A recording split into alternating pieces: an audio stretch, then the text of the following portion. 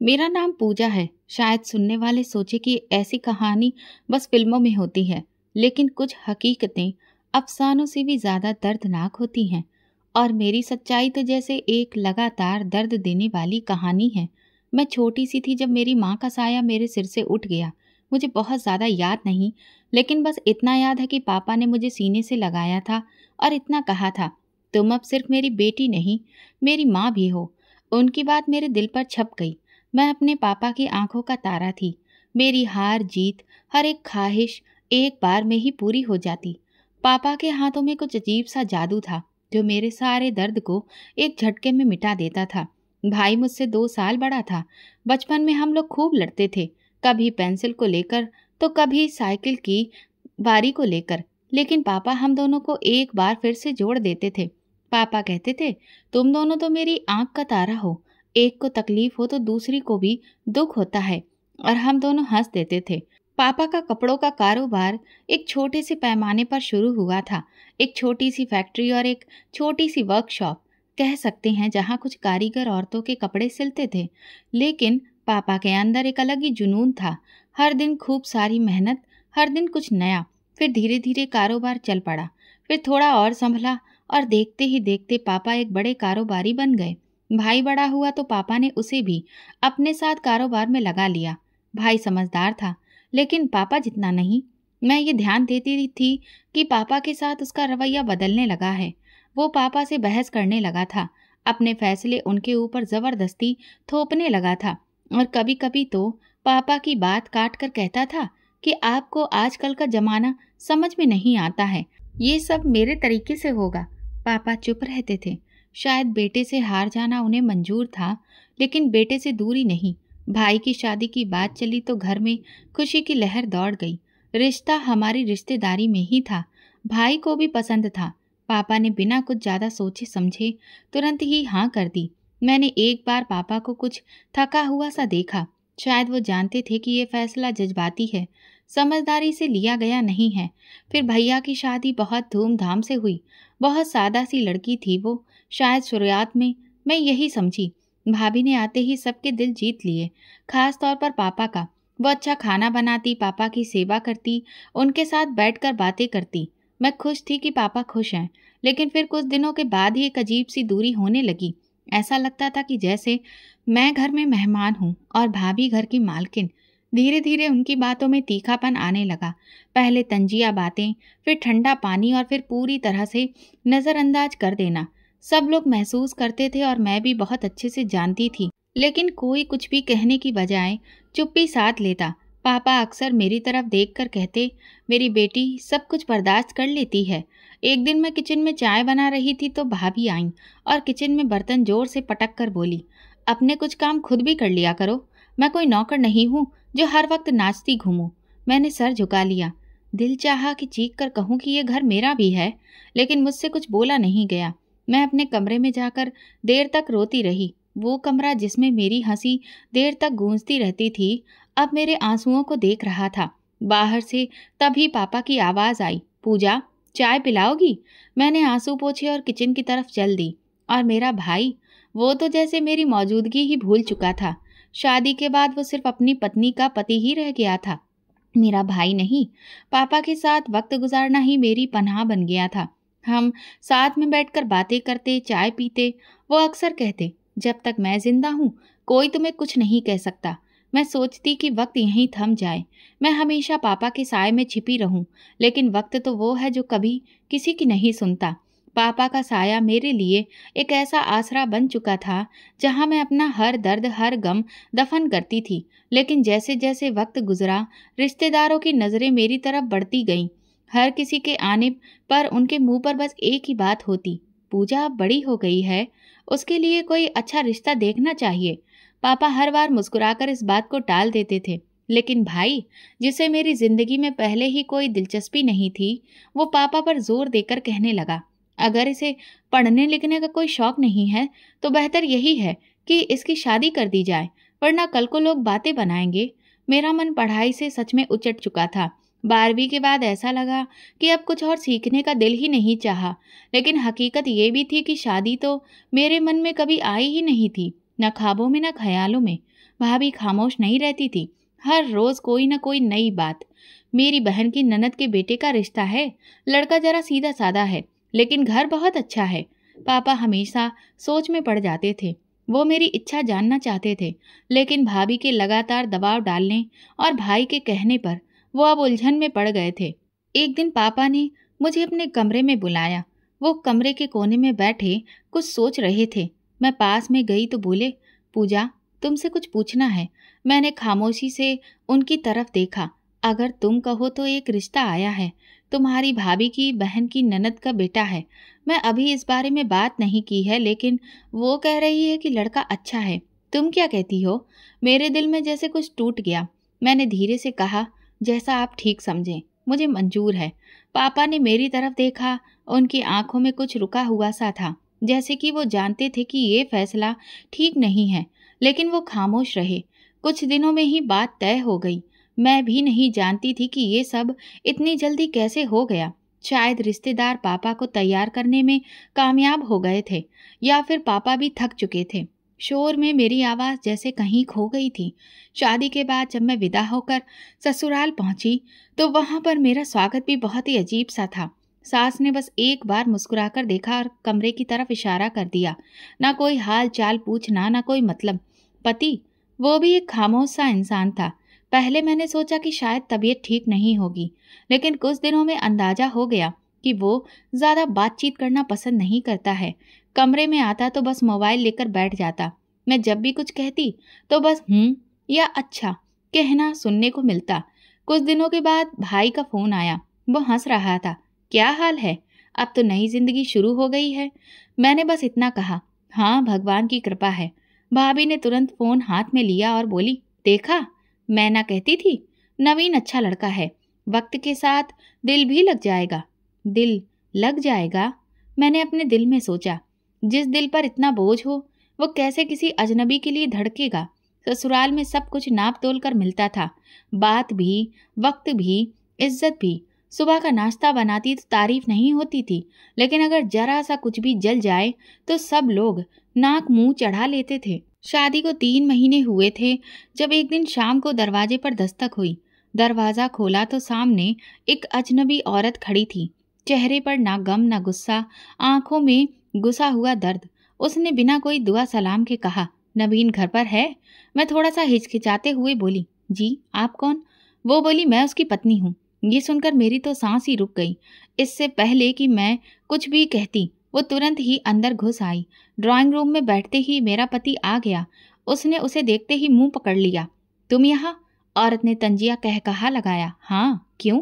डर लग रहा है? मेरी आंखों के सामने जैसे कोई तमाशा चल रहा था जिसमें मैं कभी भी किरदार नहीं बनना चाहती थी। नवीन ने मुझे इशारे से कमरे के अंदर जाने को कहा, लेकिन अब तो बहुत देर हो चुकी थी। बाद में मुझे पता चला कि उसने 2 शादियां की थीं।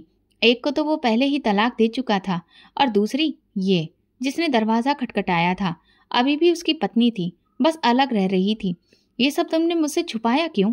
मैंने पूछा तो पति ने बड़े ही लापरवाह लहजे में कहा, क्योंकि मैं ज़रूरत नहीं समझ रहा था। तुम्हें इससे क्या फ़र्क पड़ता है? मैं पत्थर हो गई। फ़र्क तो उसी दिन पड़ गया था जब तुमने शादी के समय हमसे ये बात छुपाई और खुद को कुंवारा बताया। कुछ दिन के बाद ससुराल का माहौल और भी ज़्यादा बदलने लगा था। सास अक्सर मुझे हुक्म देने लगी थी, पूजा, ये बर्तन धो दो, बाहर भी झाड़ू लगा, और हाँ, मेरे लिए वक्त पर नाश्ता तैयार होना चाहिए। पति अक्सर घर देर से लौटता और जब भी आता तो सवाल करता, आज तुमने अपने पापा से बात की? मैं पूछती, किस बारे में? तो कहता, अपने पापा से कहो कि हमें कुछ पैसे भिजवा दें, क्योंकि मुझे कुछ काम शुरू करना है। पहली बार तो मैंने इनकार किया तो वो नाराज हो गया।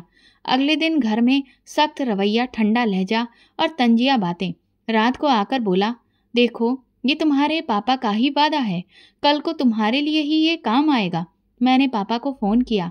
ज़्यादा कोई इधर उधर की बात किए बिना सीधा कहा, पापा, नवीन को कुछ पैसों की ज़रूरत है।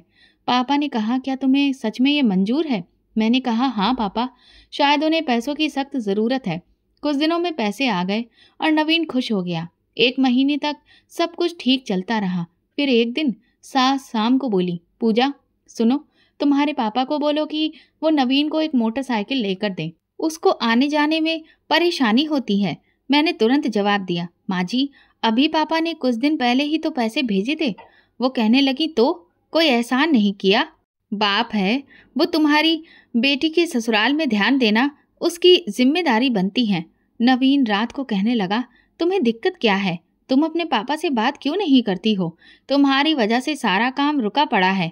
मैंने हिम्मत करके कहा, पहले भी पापा ने बिना किसी सवाल जवाब के दिया था, लेकिन तुम्हारी मांगे तो रुकने का नाम ही नहीं ले रही हैं।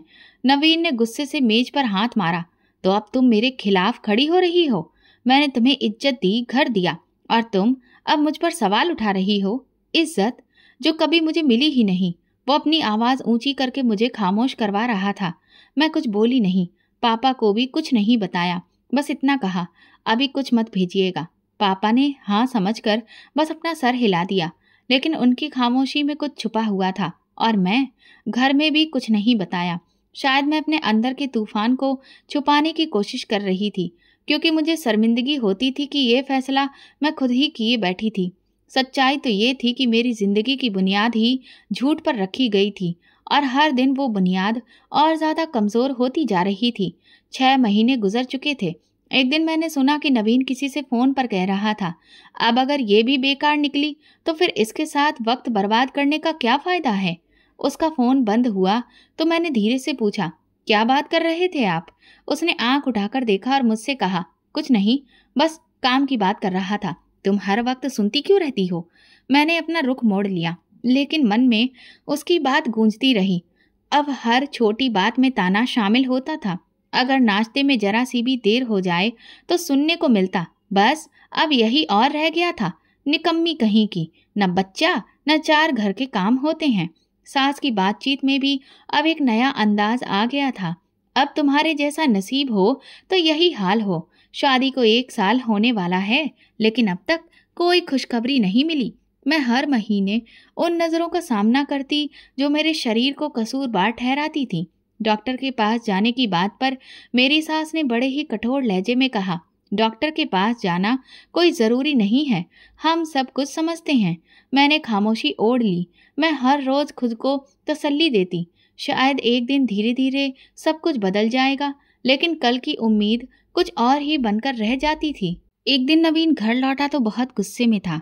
जूते निकालकर फेंकते हुए बोला, आज फिर बिजली का बिल वक्त पर जमा नहीं हुआ, तुम घर में करती क्या रहती हो? मैंने धीरे से कहा, आप ही तो कहते हैं कि ये काम आपके हैं। वो लपक कर मेरी बाह को जोर से खींचते हुए बोला, जुबान चलाने लगी हो? मेरी कलाई पर निशान पड़ गया, लेकिन मैंने कुछ भी नहीं कहा। रात को कमरे में सन्नाटा छाया रहा। सोने से पहले वो बोला, अगर यही हाल रहा तो मैं तुम्हें तुम्हारे मायके वापस भेज दूंगा, बेकार औरत। एक दिन मोहल्ले की एक मौसी आई हुई थी। चाय पेश की तो सास ने उनके सामने ही कहा, हमारी बहू तो बस पत्थर की मूरत है, न हंसती है न बोलती है, शायद कुछ कमी है जिसकी वजह से खामोश रहती है।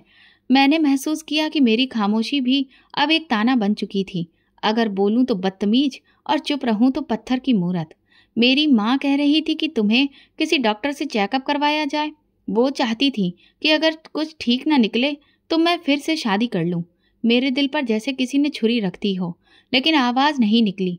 सिर्फ इतना पूछा, और आप? उसने मोबाइल पर नज़रें जमाए हुए कहा, अगर ऐसा ही रहा तो शायद मुझे शादी करनी ही पड़ेगी। मैंने आसमान की तरफ देखा, जैसे वहाँ कोई जवाब छुपा हो। सोने से पहले सास कमरे में आई और बोली, तुम्हारे पापा से कहा था कि सब कुछ देकर बेटी भेज रहे हो, लेकिन यहाँ तो सब कुछ खाली है। मैंने अपना रुख दूसरी तरफ कर लिया। वो बोली, याद रखना, अगर घर में बच्चा नहीं हुआ तो अपने घर वापस जाओगी। कभी कभी सोचती थी कि काश बीमार हो जाती, तब शायद कोई हमदर्दी करता, लेकिन सेहतमंद होकर भी हर दिन बीमार सी लगती थी। मैंने एक बार पापा को फ़ोन किया। वो बोले, तुम ठीक हो? मैंने कहा हाँ। वो बोले, लेकिन आवाज़ सुनकर लग रहा है कि ठीक नहीं हो। मैंने जवाब दिया, बस मैं थक गई हूँ पापा। उन्होंने धीरे से कहा, देखो बेटा, अगर सहना बहुत ज़्यादा हो गया है तो बताना ज़रूर। लेकिन मैंने नहीं बताया। कई बार ऐसा हुआ कि रात को जब सब सो जाते, मैं छत पर जाकर आसमान देखती रहती, सोचती क्या वाकई आसमान के नीचे सब ठीक हो जाएगा। आईने में खुद को देखा, आंखें सूजी हुई थीं, होठों पर खामोशी थी। नीचे से सास की आवाज़ आई, नाश्ता बन गया या अभी रोने का शौक बाकी है? मैंने अपने चेहरे पर पानी के छींटे मारे, दुपट्टा ओढ़ा और नीचे उतर गई। दिल भले ही जल रहा था, लेकिन चूल्हा भी जलाना ही था। बर्तनों की आवाज के बीच दिल बार बार यही कह रहा था, अब अपने पापा के पास चली जाओ, बस अब और नहीं। उस शाम मैंने एक बैग में 2 जोड़ी कपड़े रखे। दिल वहीं रह गया था, लेकिन कदम मजबूत थे। नवीन दरवाजे पर ही मिल गया। बोला, कहाँ जा रही हो? मैंने आंखों में आंखें डालकर कहा, पापा के पास। वो तंजिया हंसते हुए बोला, जाते वक्त ये भी कह देना कि अब वापस नहीं आओगी। दरवाजा मेरे पीछे बंद हुआ, लेकिन ऐसा लगा जैसे किसी ने कैद खाने का दरवाजा तोड़ा हो। पापा के घर पहुंची तो शाम हो चुकी थी। उन्होंने दरवाजा खोला, मुझे देखकर चौंक गए। पूजा, सब ठीक है? मैंने सिर्फ इतना कहा। अब और कुछ नहीं सुनना, कुछ नहीं सहना, बस आपके पास रहना है। उन्होंने दरवाजा बंद किया, मुझे अंदर ले गए और सोफे पर बैठा दिया। बोले, बेटा अब सब कुछ बताओ। मैं सब समझ गया हूँ, तुम जहाँ हो सही हो। अगले दिन पापा मुझे अपने एक जानकार वकील के पास ले गए। वहां बैठकर पहली बार जुबान से शब्द निकले। वकील ने सारी बात सुनी, कुछ सवाल किए और कुछ दस्तावेज तैयार करवाए। नवीन को नोटिस भेजा गया। 3 दिन बाद जवाब आया, घमंड से भरा, तलाक मंजूर है। इस पर और कोई बात नहीं करना चाहता। मैंने दस्तखत कर दिए और अदालत के खामोश कमरे में अपनी जिंदगी के सबसे बुरे पन्ने को बंद कर दिया। पापा के साथ रहकर कुछ सुकून तो मिला, लेकिन भैया का व्यवहार अब पूरी तरह से बदल चुका था। एक शाम वो कमरे में आया और बोला, आपने तलाक दिलवा दिया? पापा, अपनी बेटी के लिए माँ बाप बनने के चक्कर में उसे तलाकशुदा बना दिया। पापा ने कहा, मैंने उसे बर्बाद होने से बचाया है। तुम नहीं जानते तुम्हारी बहन ने कितना कुछ सहा है। भाई मुंह मोड़कर चला गया और अगले दिन मुझसे बात करना भी बंद कर दिया। घर में अब मुझे नजरअंदाज किया जाने लगा। अगर बातों में मेरा नाम आता तो बस तंज के साथ। भाभी अब उल्टी सीधी बातें सुनाती रहती, मैं चुप रही। अगर जवाब देती तो मामला और बढ़ता। वैसे भी अब खामोशी ही मेरे जीवन का हिस्सा बन चुकी थी। भाई ने पापा से भी बात करना बंद कर दिया था। कारोबार के फैसले वो अब खुद करने लगा था। अक्सर कहता, मैं भी कमाता हूँ। हर बार पापा की ही नहीं चलनी चाहिए। पापा ये सब बर्दाश्त करते रहे, लेकिन मैंने कहा, पापा मैं आपका बोझ नहीं बनना चाहती, मैं कुछ काम करना चाहती हूँ। उन्होंने मुस्कुराकर कहा, तुम्हारा जो जी करे वो करो, बस तुम खुश रहो, यही काफ़ी है। कुछ दिनों के बाद मैंने एक सिलाई सीखने वाले इंस्टीट्यूट में दाखिला ले लिया। पापा मुझे खुद अपने साथ लेकर गए और कहने लगे, अपनी दुनिया खुद बनाओ, दूसरों से कोई उम्मीद मत रखो, अगर रखोगी तो दिल टूटेगा। उस इंस्टीट्यूट में जाना मेरे लिए एक नई दुनिया में कदम रखने जैसा था। वहाँ और भी लड़कियां थीं जिनकी अपनी अपनी कहानियां थी, अपने अपने दर्द, लेकिन उन सब में बस एक बात पड़ी थी, वो सब दोबारा जीना चाहती थी। भैया का व्यवहार बिल्कुल ठंडा हो गया था। वो अक्सर घर में ये बात उठाता रहता, अब इसकी दोबारा शादी करवा देनी चाहिए। आखिर कब तक ये हमारे सर पर रहेगी? पापा खामोशी से सुनते, फिर कहते, ये उसकी जिंदगी है, फैसला भी उसका होगा। लेकिन मैं जानती थी कि वो दबाव महसूस करते हैं, और अब वो दबाव घर की दीवारों पर भी महसूस होने लगा था। सिलाई सीखने के 3 महीने बाद मुझे एक छोटे से यूनिट में कुछ वक्त के लिए काम मिल गया। सैलरी मामूली थी, लेकिन मेरे लिए वो सैलरी मेरे हालात के लिए काफ़ी थी। मास्टर साहब ने मेरी तारीफ की। वो मुस्कुराकर कहते, तुम तो हमेशा तारीफ के लायक थी, बस वक्त ने तुम्हें छुपा दिया था। मगर वक्त कुछ ज़्यादा देर छुपाए रखना भी कहाँ जानता है। एक शाम वापसी पर मैंने देखा कि घर में सन्नाटा था। भाई की आवाज़ नीचे कमरे से आ रही थी। भाभी भी साथ में ही थी। मैं भी जब वहाँ पहुँची तो भाभी की माँ रोती हुई आई, पूजा बेटा, तुम्हारे पापा। और उनकी ये बात अधूरी रह गई। मेरे पैरों तले जमीन खिसक गई। फैक्ट्री में उन्हें दिल का दौरा पड़ा था, सिर्फ 15 मिनट, और मेरा सब कुछ खत्म हो गया था। अंतिम संस्कार के बाद सब कुछ बदल गया। घर के दरवाजे वही थे, मगर अब पिता का साया हट चुका था। वो कुर्सी जहाँ पापा बैठा करते थे, उनका चश्मा जो मेज पर रखा रहता था, सब वैसा ही था, मगर वो नहीं थे।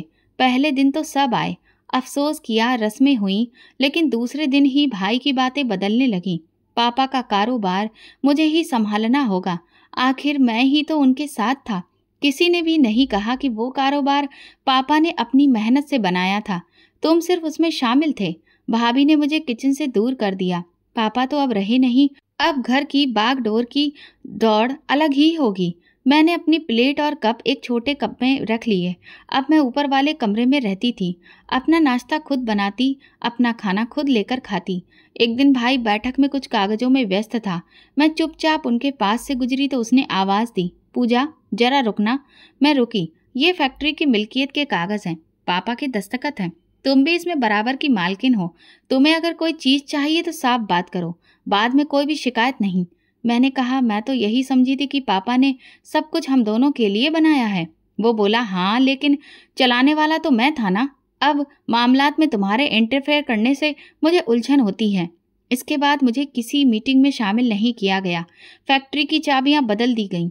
अकाउंट्स जो ज्वाइंट थे वो खत्म कर दिए गए। मेरे पूछने पर सिर्फ इतना कहा जाता, अब सब कुछ मेरे मुताबिक होगा।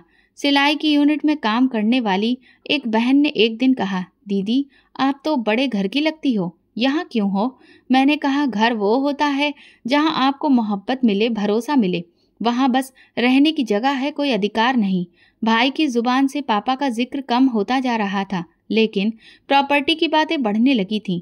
एक दिन बैठक में आवाज सुनी, घर का बंटवारा भी सोचना होगा। आखिर बच्चे बड़े हो रहे हैं और जगह कम पड़ती जा रही है। वहां बैठे एक मेहमान ने पूछा, पूजा बहन का भी हिस्सा है? भाई ने कहा, बेटियों का हिस्सा तो बस कागजों पर होता है, जमीनी तौर पर कुछ भी नहीं। मैं ये सब चुपचाप सुनती रही। अब मैं उस घर में मेहमान से भी कम हो गई थी। कपड़े धोना, झाड़ू लगाना, बर्तन साफ करना, लाइट का बिल तक खुद देना, ये सब नॉर्मल बन चुका था। एक दिन भाभी ने आकर कहा, ऊपर वाले कमरे में अब हमारा बेटा पढ़ने लगा है, तुम कहीं और जाकर अपना बंदोबस्त कर लो। मैंने ये सवाल किया, कहाँ जाऊं? वो बोली, बहुत सारे आश्रम खुले हुए हैं औरतों के लिए। तुम तो अब अकेले रहने की आदी हो चुकी हो, अब अपनी जिम्मेदारी खुद उठाने का मतलब समझो। उस रात मैं छत पर देर तक बैठी रही। आसमान में तारे थे मगर कोई भी रोशनी मेरे लिए नहीं थी। सोचा, पापा होते तो ये सब नहीं होता। अगले दिन जब मैं जा रही थी तो भाई सोफे पर बैठा मोबाइल देख रहा था। भाभी बच्चों को खाना खिला रही थी। किसी ने सिर उठाकर नहीं पूछा कि मैं कहाँ जा रही हूँ। मैं गई नहीं, मुझे धकेल दिया गया।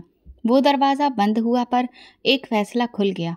अब जिंदगी सिर्फ सहने का नाम नहीं थी, अब मुझे खुद अपनी जगह बनानी थी, चाहे अपने दम पर या किसी अजनबी की मेहरबानी से। जिस दिन मैंने उस घर को छोड़ा, वहीं से मेरी जिंदगी का एक और रास्ता खुल चुका था। कुछ दिन मुझे अपने करीबियों के घरों में गुजारने पड़े। हर जगह बस इतना ही वक्त मिला जितना कि सवाल ना उठें। फिर मैंने शहर के पुराने कब्रिस्तान के पास एक खाली जगह ढूंढी जो किसी जमाने में चौकीदार के लिए बनी थी।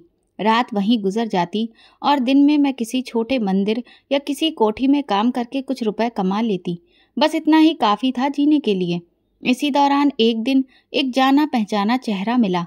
मौसी, संगीता मौसी, वही संगीता मौसी जो कभी पापा से दवा लेने आई थी। वे बाजार में मिली। मेरी हालत देखकर हैरानी से पूछने लगी, बेटा घर वापस क्यों नहीं गई? मैंने उनकी तरफ देखा और धीरे से कहा, वहां अब मेरे लिए कोई जगह नहीं रही मौसी। उन्होंने मेरे माथे पर हाथ रखा और बोली, काश तुम्हारे पापा होते तो ये दिन तुम्हें कभी देखना नहीं पड़ता। तुम्हें पता है तुम्हारे भाई ने फैक्ट्री बेच दी है। मेरे कदम रुक गए। मैंने सवालिया नजरों से देखा। हाँ, 2 दिन पहले एक पार्टी आई थी, पूरा ऑफिस खाली करवा दिया गया। मैं तो हैरान रह गई। वो जगह जो तुम्हारे पापा के नाम पर थी। मैं खामोश हो गई। कुछ घंटे बाद एक पुराने वर्कर से बात हुई जो अभी भी यूनिट में काम कर रहा था। उसने बताया, हमें नया मालिक कल से संभालेगा, सब कुछ अब बदलने वाला है। फैक्ट्री जिसके लिए पापा रातों को जागते थे अब किसी और की थी। मैं शाम को सीधे पुराने ऑफिस के बाहर पहुंची। साइन बोर्ड भी बदल चुका था। जहां कभी मेरे पापा का नाम लिखा होता था वहां अब किसी दूसरी कंपनी का नाम जगमगा रहा था। एक जान पहचान वाले कर्मचारी ने बताया, तुम्हारे भाई साहब कह रहे थे कि सऊदी अरब में उन्होंने एक बड़ा सेटअप शुरू किया है, उसके लिए सब बेच दिया गया। उस रात मैं कब्रिस्तान के किनारे जा बैठी। वहां वही खामोशी पसरी थी जो मेरे दिल में थी। 2 दिन बाद एक और झटका लगा। भाभी ने अपनी एक सहेली के जरिए मुझे संदेश भेजा, अब तुम अपना बंदोबस्त पक्का कहीं और कर लो क्योंकि हम घर भी बेच रहे हैं और सऊदी जा रहे हैं। मैंने जवाब भिजवाया, मेरा हिस्सा? जवाब मिला, क्या सबूत है कि तुम्हारा यहाँ कोई हिस्सा है? सारी जायदाद तो तुम्हारे भाई के नाम पर थी। मैंने एक वकील से मशवरा किया, उसे कागजात दिखाए जो मेरे पास सिर्फ फोटोकॉपी की शक्ल में मौजूद थे। वो कुछ देर उन्हें देखता रहा, फिर बोला, ये दस्तखत अजीब लग रहे हैं, बहुत कुछ यहाँ पर छुपा है। मैंने पूछा, ये जाली हो सकते हैं? उसने कहा, मुमकिन है कि दस्तखत किसी और के लिए जारी किए गए हों या अंगूठा जाली तरीके से लगवाया गया हो, मगर तुम्हें असली दस्तावेज हासिल करने होंगे। असली दस्तावेज? वो तो भाई के पास थे और उनके पास जाने का मतलब था खुद को और ज्यादा बेइज्जत करवाना। मैंने एक रास्ता सोचा। संगीता मौसी ने बताया था कि भाई अभी 1 हफ्ते तक भारत में ही रहेगा, फिर बाहर शिफ्ट होगा। मैं उनके फ्लैट के बाहर कुछ घंटे इंतजार करती रही। जब भाई बाहर निकला तो मैं सामने आ गई। मुझे आपसे बात करनी है, सिर्फ 2 मिनट। उसने तेज नज़र से देखा। मेरे पास वक्त नहीं है। पापा ने अपनी जिंदगी में सब कुछ मेरे नाम कर दिया था, तो मैं जो मिला वो काफ़ी नहीं। मैंने कहा, मुझे कुछ भी नहीं मिला, और जो तुम्हें मिला है वो भी शायद तुम्हारा नहीं था। भाभी बाहर आई। पूजा, तुम अभी भी हमारे ही पीछे पड़ी हो, हमें छोड़ दो, हम नई जिंदगी शुरू करने जा रहे हैं। मैंने बस एक बात कही, जिंदगी वो नहीं होती जो दूसरों को बर्बाद करके मिले। जिंदगी वो होती है जो इंसान खुद संवारता है। भाई ने एक लम्हे के लिए कुछ कहना चाहा, फिर चुप रह गया। वो चुप्पी जो एक भारी खामोशी के जैसी होती है। अगले दिन मैंने अदालत में दरख्वास्त दायर कर दी। वकील ने कहा, यह मुकदमा लंबा हो सकता है, लेकिन कम से कम कागजी जंग बराबर की होगी। मुझे जीत से ज़्यादा इंसाफ की ज़रूरत थी। वो फैक्ट्री, वो घर, अब मेरा कुछ ना भी निकलता तो कम से कम इतना तो तय होता कि सच क्या था। अदालत में कागजात जमा करवा कर जब लौटी तो शहर के शोर में अपनी खामोशी और भी ज़्यादा साफ सुनाई दी। अब कोई दरवाज़ा ऐसा नहीं बचा था जिस पर मैं दस्तक देती, लेकिन हाँ, दिल अब कांपता नहीं था। पहले एक सहेली की यहाँ कुछ दिन रुकी, फिर मौसी के घर चली गई, लेकिन जैसे ही उन्हें एहसास हुआ कि मैं मुकदमा कर चुकी हूँ, उनका रवैया बदलने लगा। हम झगड़ा करने वाले लोगों को अपने घरों में नहीं रखते पूजा, हमें माफ़ करना। ये वो दिन था जब मैंने दरवाज़ा पीछे छोड़ा और किसी से कुछ भी नहीं कहा, बस सीधा कब्रिस्तान की तरफ चल दी। वही कब्रिस्तान जहाँ मैं अब तक रह रही थी। चारों तरफ सन्नाटा था। मेरे साथ सिर्फ एक बैग था और अंदर वो डायरी जिसमें मैं सब कुछ लिखती थी। रात हो गई थी, ठंडी हवा चलने लगी थी, मिट्टी की खुशबू मेरे बचपन की तरह महसूस हो रही थी। मैं थकी हुई थी। सारी रात रोने के बाद जैसे आंखें खुद ब खुद बंद हो गईं। सुबह जब आंख खुली तो सामने एक थाली रखी थी, उसमें गर्म पराठा और चाय थी। मैंने आसपास नजर दौड़ाई, कोई मौजूद नहीं था। एक लम्हे को लगा कि शायद कोई भला इंसान, शायद कोई जानने वाला आया हो। मैंने कुछ नहीं खाया, बस पानी पीकर खुद को संभाल लिया। दिन गुजरा और मैं कब्र के पास बैठे बैठे ही सूरज को ढलते हुए देखती रही। अगली रात फिर वही हुआ। मैं थक कर सो गई और सुबह आंख खुली तो एक बार फिर ताज़ा नाश्ता और एक पर्ची मौजूद थी। फिक्र मत करो, तुम अकेली नहीं हो। अब मेरे दिल में सवाल पैदा होने लगा, ये कौन है? रोज कौन आकर मेरे लिए खाना रख जाता है? फिर अगले दिन मैं आंखें बंद करके लेटी थी, लेकिन दिल तेजी से धड़क रहा था। तकरीबन 1 घंटे के बाद कदमों की हल्की आवाज़ सुनाई दी। कोई धीरे धीरे पास आ रहा था। मेरे दिल की धड़कन तेज हो गई, लगा अभी दिल बाहर आ जाएगा। कदम रुके, फिर हल्की सी खनक सुनाई दी, जैसे बर्तन जमीन पर रखे जा रहे हों। मैंने जरा सी आंख खोलकर देखा। एक बुजुर्ग शख्स जिसके चेहरे पर सफ़ेद दाढ़ी थी सामने दिखा, लेकिन अंधेरे में उनका चेहरा पूरी तरह से नजर नहीं आ रहा था, लेकिन उनका अंदाज बिल्कुल मेरे पापा जैसा था। उन्होंने खाना रखा, पानी की बोतल रखी, पर्ची सामने रखी और वापस मुड़ गए। मैंने आगे बढ़कर वो दरवाज़ा खटखटाया। कुछ लंबे इंतजार के बाद दरवाज़ा खुला। वही बुजुर्ग सामने थे। उन्होंने मुझे देखा और फिर धीरे से कहा, आ जाओ बेटी, तुम्हें आने की ज़रूरत नहीं थी, मगर शायद तुम्हें जानना था कि मैं कौन हूँ। मैं अंदर दाखिल हुई। अंदर एक साधारण सा कमरा था, एक चारपाई, कुछ बर्तन और एक पुरानी अलमारी। आप कौन हैं? मेरी आवाज़ कांप रही थी। वो मुस्कुराए। मैं संतोष हूँ, तुम्हारे पापा का पुराना दोस्त। तुम बहुत छोटी थी जब मैंने आखिरी बार तुम्हें देखा था। तुम्हारे पापा ने एक वक्त पर मेरी बहुत मदद की थी। मैं कोढ़ का मरीज था, जब सबने मुझे छोड़ दिया था, लेकिन तुम्हारे पापा ने मेरा हाथ थामा, मेरा इलाज करवाया, खाना दिया, दवाई दी। मैं पत्थर बनी खड़ी रही। जब मैं वापस आया तो सब सुना। तुम्हारे पापा नहीं रहे। फिर तुम्हें मैंने यहाँ कब्र के पास बैठे देखा तो खुद को रोक ना सका।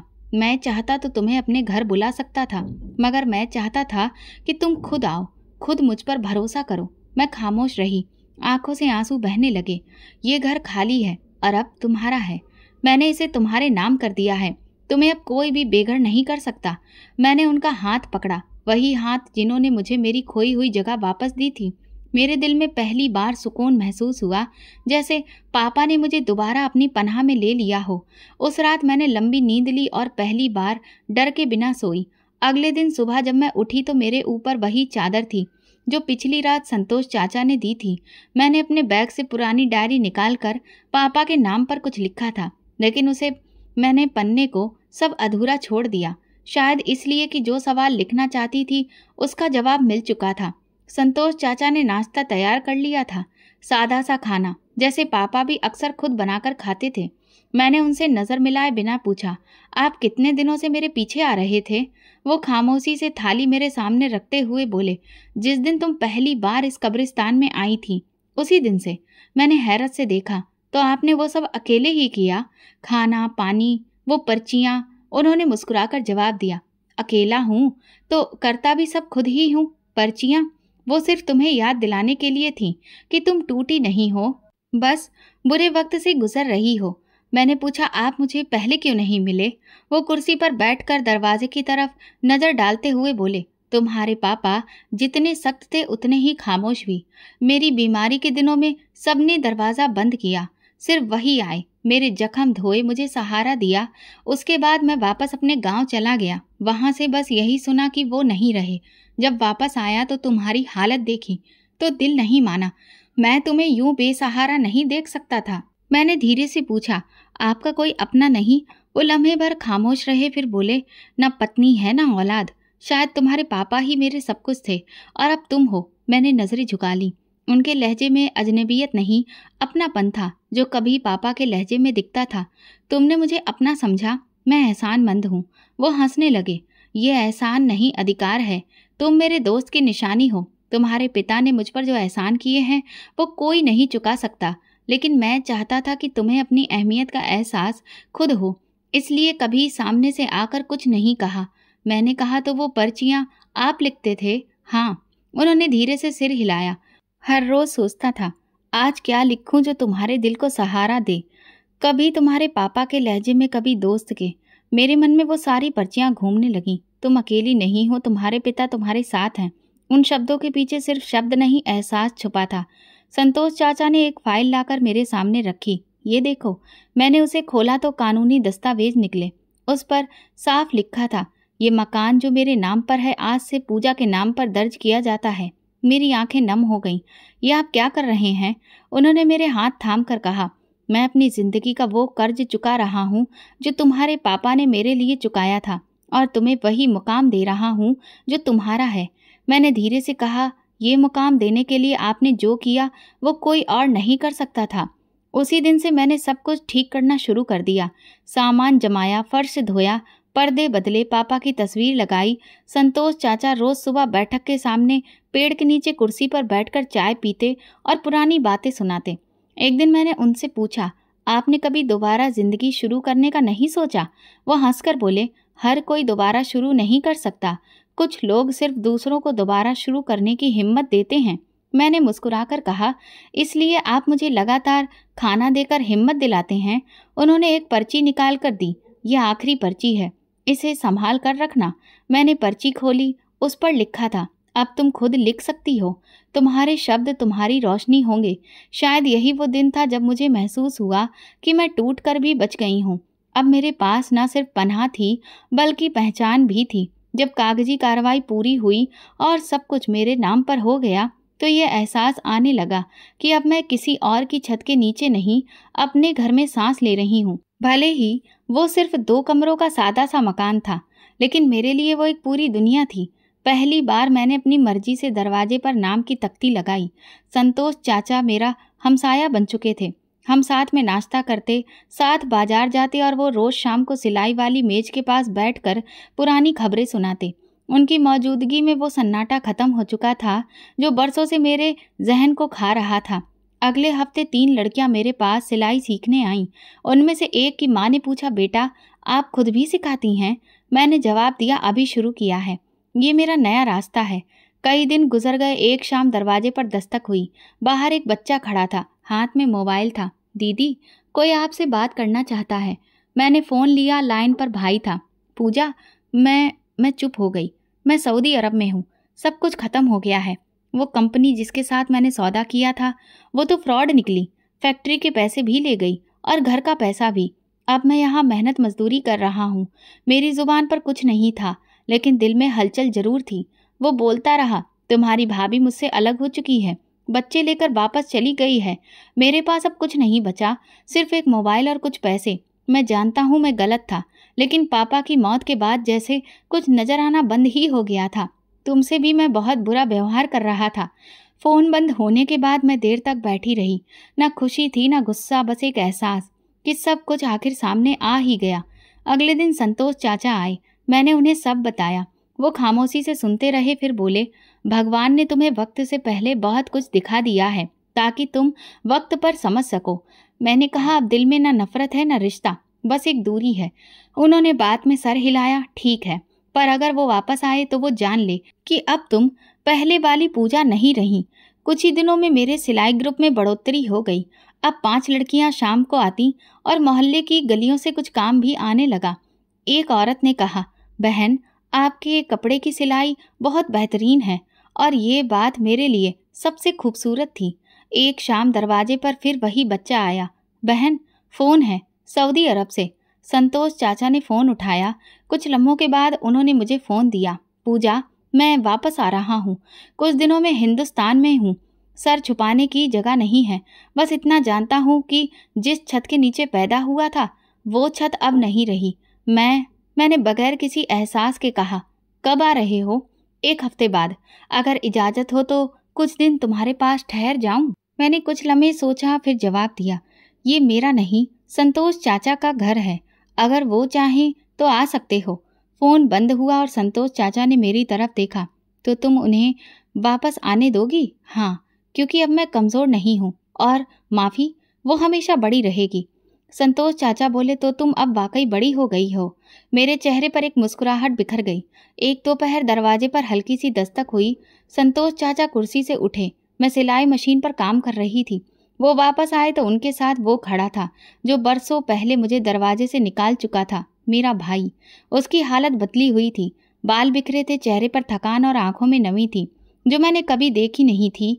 हाथ में सिर्फ एक बैग था और कपड़ों से साफ पता चलता था कि उसकी हालत बहुत खराब है। उसने झिझकते हुए चाचा को नमस्कार किया और मेरी तरफ देखा। संतोष चाचा ने एक तरफ होकर कहा, अंदर आ जाओ, धूप तेज है। भाई ने कमरे में कदम रखा, लेकिन अंदर के सुकून को तोड़ने के लिए कुछ नहीं बोला। चंद लम्हे गुजरे, फिर उसने नज़र उठाकर कहा, मैं माफ़ी मांगने आया हूँ।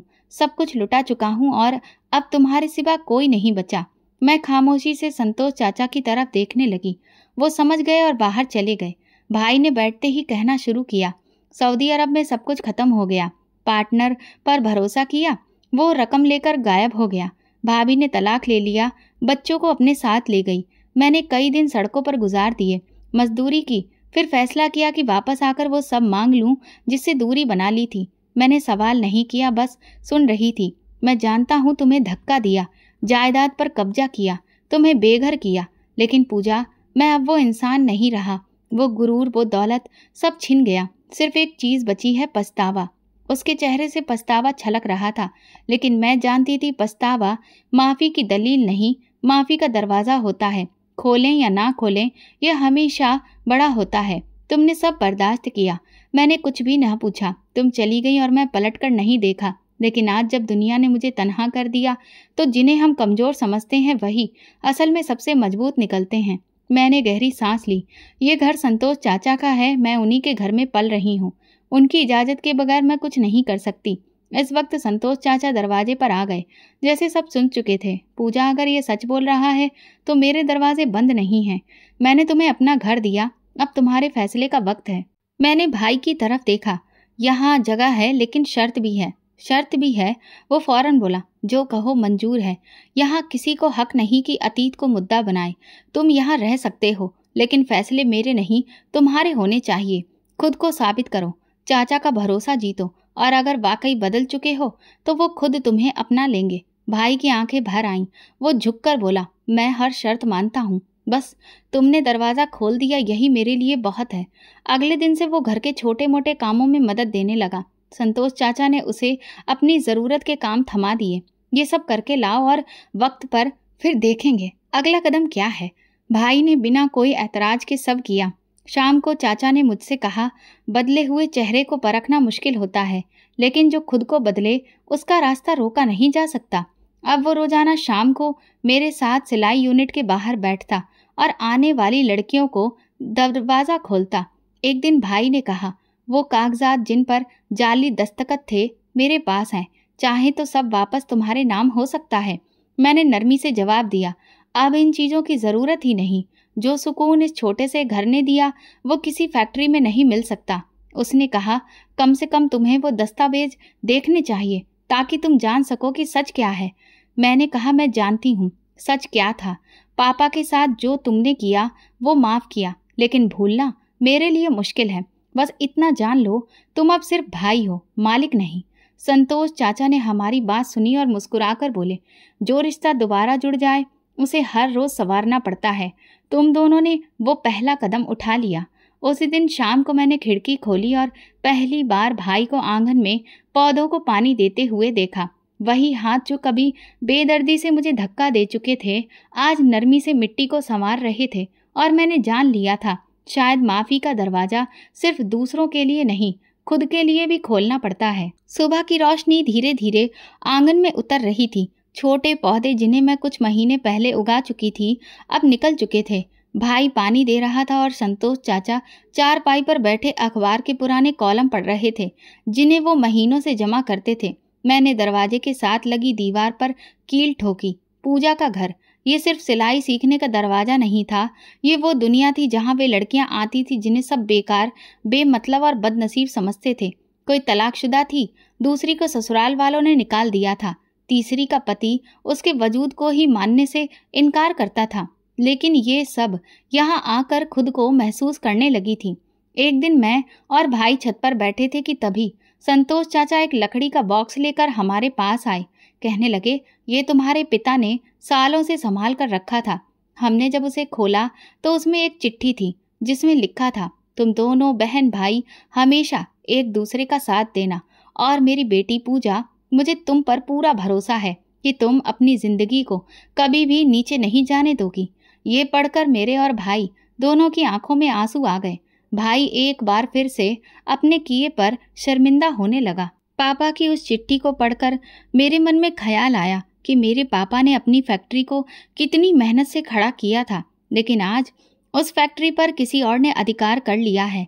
मैंने भाई से इस बारे में बात की तो वो फूट फूट कर रोने लगा कि उसने अपने गलत फैसलों की वजह से सब कुछ बर्बाद कर दिया। मैंने भाई से कहा, पापा को हम दोनों पर भरोसा था, अगर तुम मेरा साथ दो तो हम फिर से एक बार नई शुरुआत कर सकते हैं।